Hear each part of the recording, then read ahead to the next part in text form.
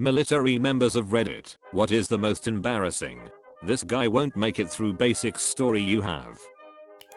Information marching somewhere. It's pretty simple. Don't talk. Look forward. Step when you're supposed to. I was in the very front and all of a sudden I hear skunk. Followed by, where the F are you going? Flight halt. This kid broke formation to chase a skunk. No, I have no idea why. Guy in my flight. Let's call him Snuffles. Snuffles is one of the most unique people I have ever met.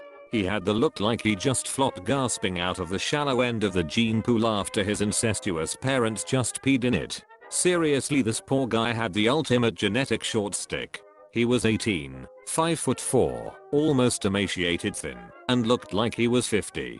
Badly balding, wispy grey hair, wrinkled skin, ear hair, nose hair, back hair. Dude was gross hairy. Had on uncomfortably thick glasses that made him look like a slightly wizened Six Flags dude, and you start to get the picture. Anyway, Snuffles could not do a single thing right. He couldn't make his bed, he couldn't do PT without half dying, and he had trouble following simple instruction. The day we went to the shooting range was interesting. We were given 50 rounds and tasked with shooting a paper target 25 yards away with open sights from various positions. We all were amazed at Snuffles as we watched him explode the sandbags that are holding the uprights in place that hold the targets. 2 targets over. He was shooting about 10 feet off his mark. It was amazing. We had all agreed before range day that whoever was around Snuffles' shooting spot, that they need to put a few round on his paper for him. As a flight we loved Snuffles.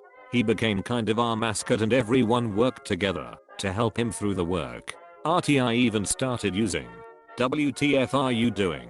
Smoking Snuffles' hair?" as an insult. He brought our flight together as a team because he never gave up. He always tried and kept trying. Sadly, around week 5 he went to the hospital and was diagnosed with a heart murmur and was given a medical discharge.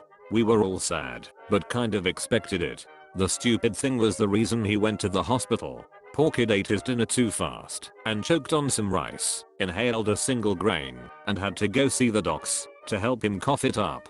That's when they noticed the murmur. There was one guy who wanted out after about 2 days. About halfway through we were going to start live firing our weapons, zeroing them, and he said he was going to shoot himself in the foot. Was gone the next day, so I guess he got what he wanted. I had just arrived at Great Lakes for boot camp. This was in 1991, and we are standing in line for our first introduction to what is known in the military as Operation Golden Flow, or our first urinalysis test. As I'm standing in a very long line and tip-tapping around because I have to piss so much, a guy standing behind me taps me on the shoulder and asks what we are waiting for. I look at him and tell him, "A urinalysis."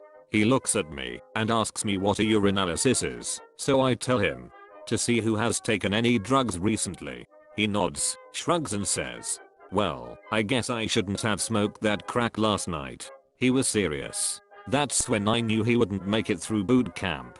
Now, he officially wasn't fired that first day, but about 2 weeks later, when his results came back he was. So yes, you can say that he was fired that first day, but had to suffer for a few weeks until officially let go.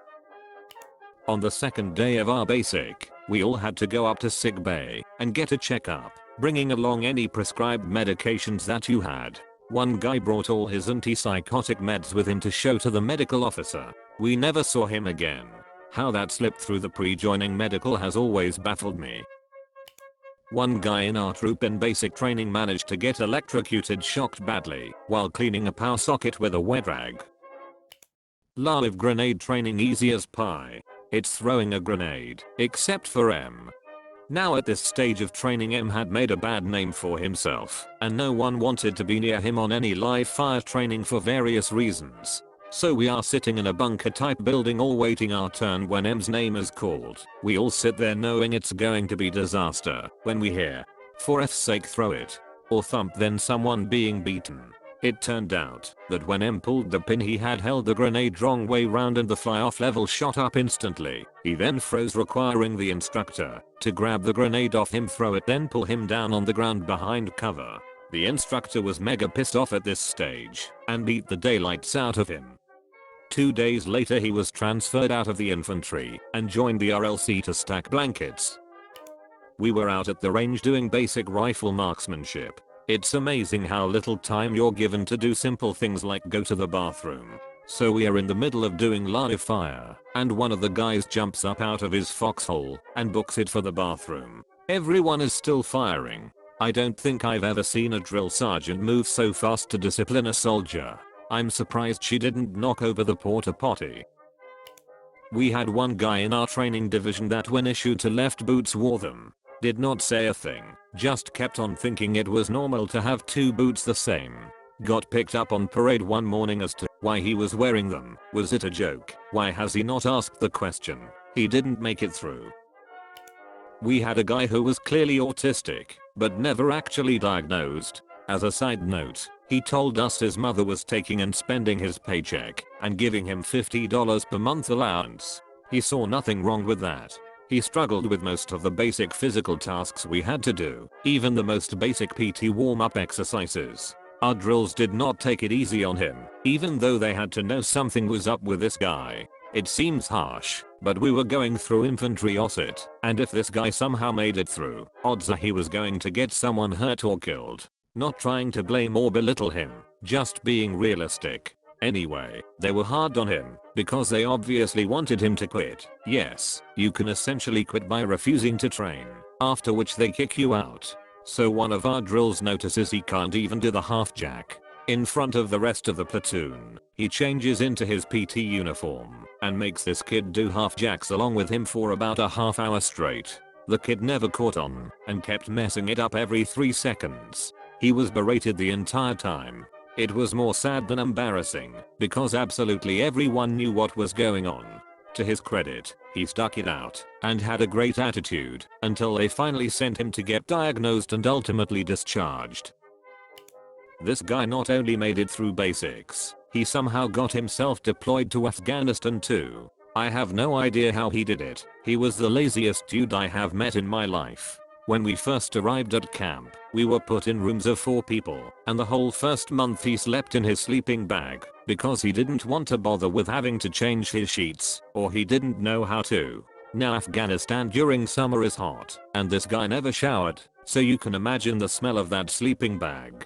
Our squad leader literally had to sit down with him and explain the importance of hygiene. When you live so close with other people, diseases spread like wildfire when they first arrive. That didn't change much though. He'd just sit in his sleeping bag in all his free time eating candy and jerking off. We heard him jerking off during nighttime after lights were out, and I swear he never left the room afterwards to clean himself up. I've no idea where his jizz ended up. Probably inside his sleeping bag. He'd also put his used chewing tobacco under his pillow when he finished. One day me and the other 2 guys were so fed up with his stank, one of us dragged him to the showers, while the 2 of us left, put on some gloves, and took the sleeping bag outside to light it on fire. When we were out on our posts around the camp working, he disappeared to go to the bathroom, and would be gone for close to an hour every time. He was probably jerking off in there too. If mortars started hitting close to camp he completely freaked out, and had no idea what to do. What a reffing jackass. The officer who decided he was good enough to go overseas is also a reffing jackass. Not necessarily really embarrassing, but I had 2 in my platoon that I can remember. There was a relatively older guy, I would say maybe late 30s, that was dumber than a bag of rocks. I specifically remember one day, before we went out to the grenade range, they had everybody line up and throw dummy grenades to make sure people knew how to do it. Well, this guy warmed up like he was pitching at the World Series and threw it like 5 feet at the most. The drill sergeant had this "oh f no" look on his face, and thus ended his grenade throwing career. There was also a kid that completed basic and stole a video game from the PX on Family Day and got recycled. One dude had a total Homer Simpson moment. Was 19 and his mommy did his laundry at home, so he had no clue how to do laundry. We said, put your greens in one and whites in the other. Whites being the PT clothes, white shirt and grey shorts. So, being a genius, He throws his brand new, bright red hoodie in with the whites and is stunned to find all his PT clothes are pink, as we all laugh our asses off because he was also a rude, entitled, rich a-hole, so we let him swing for a lot of his stupidity. Next morning, 500 troops form up in front of the base RSM-4 Group PT, and from hundreds of meters away, he points to F-face in the pink shirt. "You." He shouts. He has to march up to the RSM and explain his idiocy, then yells at our course staff for not sorting him out. After the staff getting jacked up by the RSM, they decided to pay him lots of extra personal attention from then on. He ended up releasing from the military. I was on a gator freighter off Somalia in '94, working in medical. One of the perks of med duty was that we could wash our clothes in the machines usually used for sheets instead of sending them to the ship's laundry. Soft, good smelling clothes? Yes please. So I'm washing a load of whites, and one of the flight deck corpsmen wandered through and asked if he could wash his jacket/life preserver with my stuff. Sure, throw it in. The stupid sob neglected to mention that instead of painting the red cross onto his white jacket with spray paint and a template like everyone else, for some reason he had the idea to use a red Sharpie and draw it on. An hour later every one of my whites was bright pink. I'd been saving my wash for duty night and everything white I owned was in that load. I could have killed him. He thought it was hilarious until I marched him down to the store and made him buy me all new socks, shirts, and undies. I'm still pissed just thinking about it. Dumbass. That's it for today. I really like this thread, so I'm making a part 2 for tomorrow. See you then.